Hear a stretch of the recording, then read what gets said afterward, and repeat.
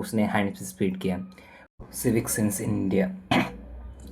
हम सिर्फ पॉइंट के ऊपर बात करेंगे। मैंने चैट जीपीटी से जो भी पॉइंट है वो निकाले, आपको स्क्रीन पे दिखाई दे होगा, और हमको उसे सॉल्व कैसे करना है और कैसे प्रॉब्लम कितनी बड़ी है वो देखने हैं। तो सबसे पहले पॉइंट है throwing garbage on roads instead of using dustbins. देखो, यहाँ पे दोनों तरफ से सोचा जा सकता है। देखो, हम ज़्यादातर स्ट्रीट फूड कंज्यूम करते हैं, और स्ट्रीट फूड के बाजू में वो जो भी स्ट्रीट फूड चला रहा है उनके ऊपर डस्टबिन नहीं होते। तो हमको एक डिफ़िकल्टी आ जाती है कि हम कहाँ पे फेंकें। अगर उनके दिमाग में इतना सिविक हो तो वो लोग अपने बैग में रख लेते हैं। अगर उस जिसमें सिविक नहीं है वो रास्ते पे फेंक देते हैं। वही लोग हमको उनको ही सप्रेस करना है। देखो, उनके लिए सोल्यूशन निकालने के लिए हमको सबसे पहले स्ट्रीट फूड उनके बारे में डस्टबिन रखने पड़ेंगे।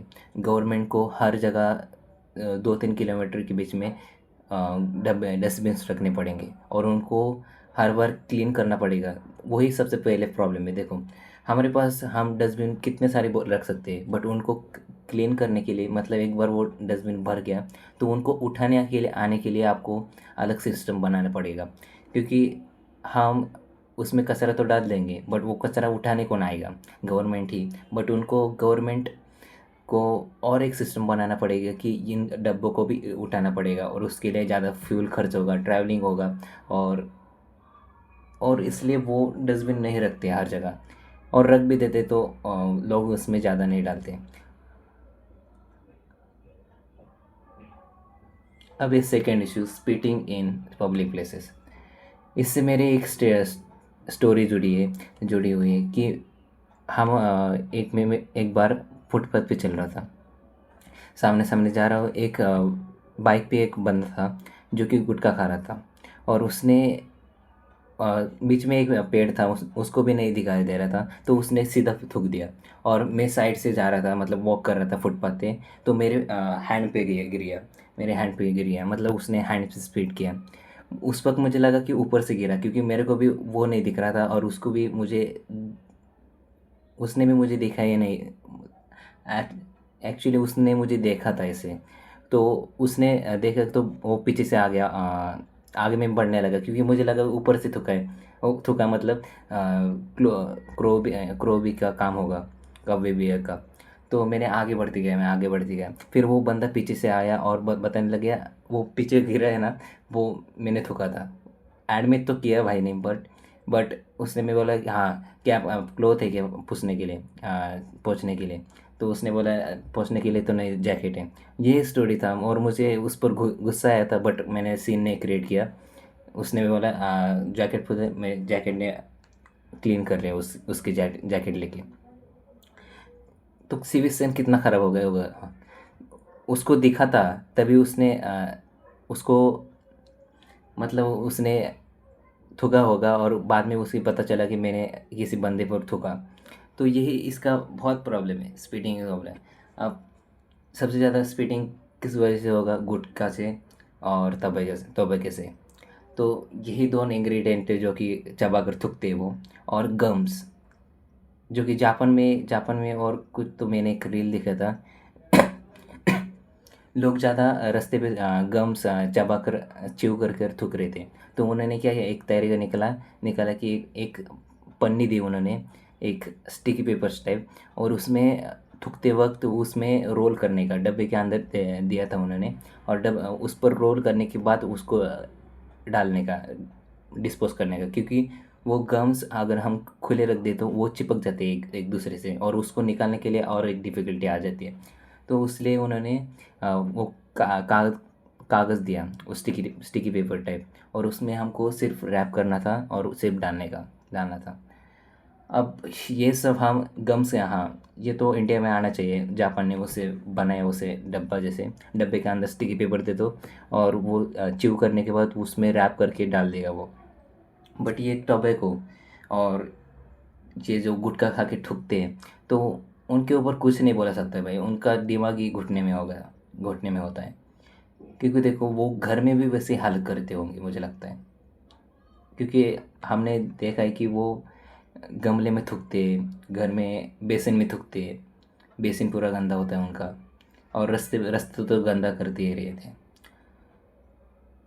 एक थेरी है देखो, ब्रोकन विंडो थेरी, जहाँ पर एक, मोटा मोटा बताता हूँ कि जहाँ पर एक 10 विंडो लगी है और उसमें से एक विंडो टूटी हुई है, तो लोग लोग 10 और विंडो तोड़ेंगे उसमें से, क्योंकि उनको लगा है कि एक और दिख रहा है और पूरा और कर देंगे पूरा।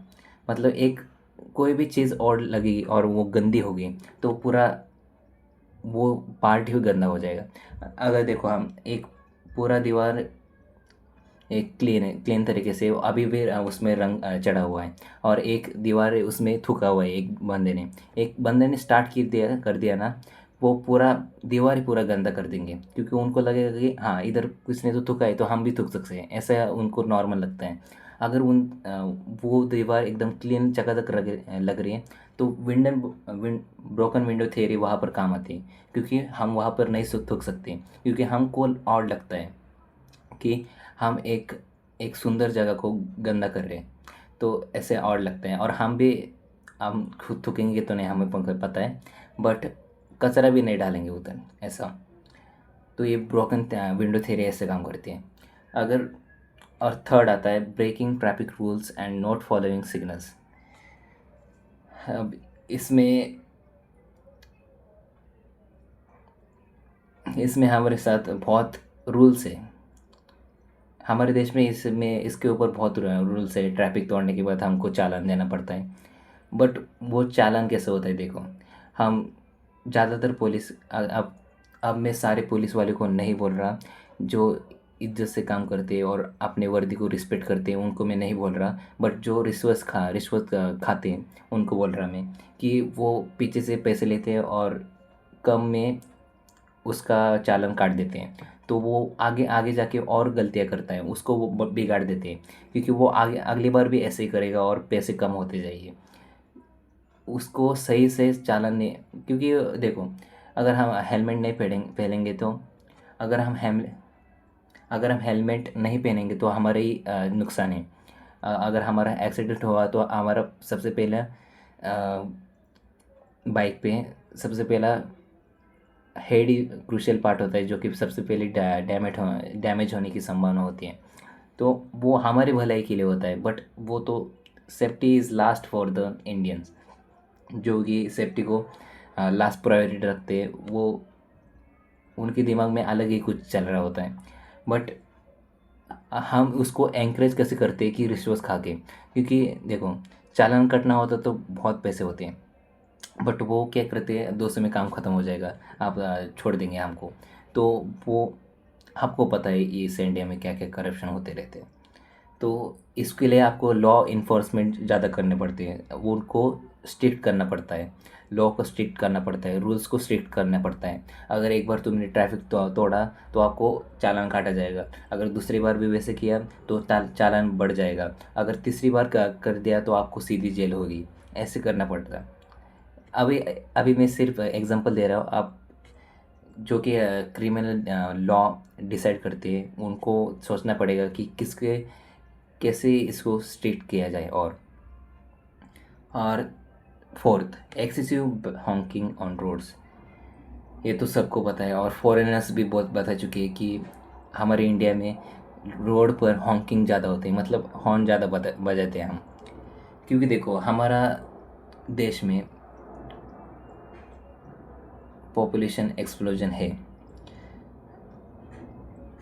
हमारे देश में बहुत सारे लोग रहते हैं और उनको हर लोगों को बिज़ी हर लोगों को टाइम पे उनके ऑफिस में पहुंचना पड़ता है। ऑफिस हो, उनको सिर्फ जल्दबाजी लगी होती है, तो हमको लगता है, मतलब मेरा भी एग्जांपल ले लो, अगर सामने मेरे जा रहे हैं लोग और इतने सारे बहुत ट्रैफिक दिख रहे हैं तो मुझे, नहीं मेरा एग्जांपल देखो, अगर एक बंदा पर्सन ए पकड़ लेते, अगर उसके सामने बहुत ट्रैफिक है और उसको लग रहा है कि मैं टाइम पे पहुंचूंगा या नहीं, तो वो इसलिए हॉन्ग हॉन्ग बजाता है, हॉन्किंग करता है, नहीं हॉर्न बजाता है।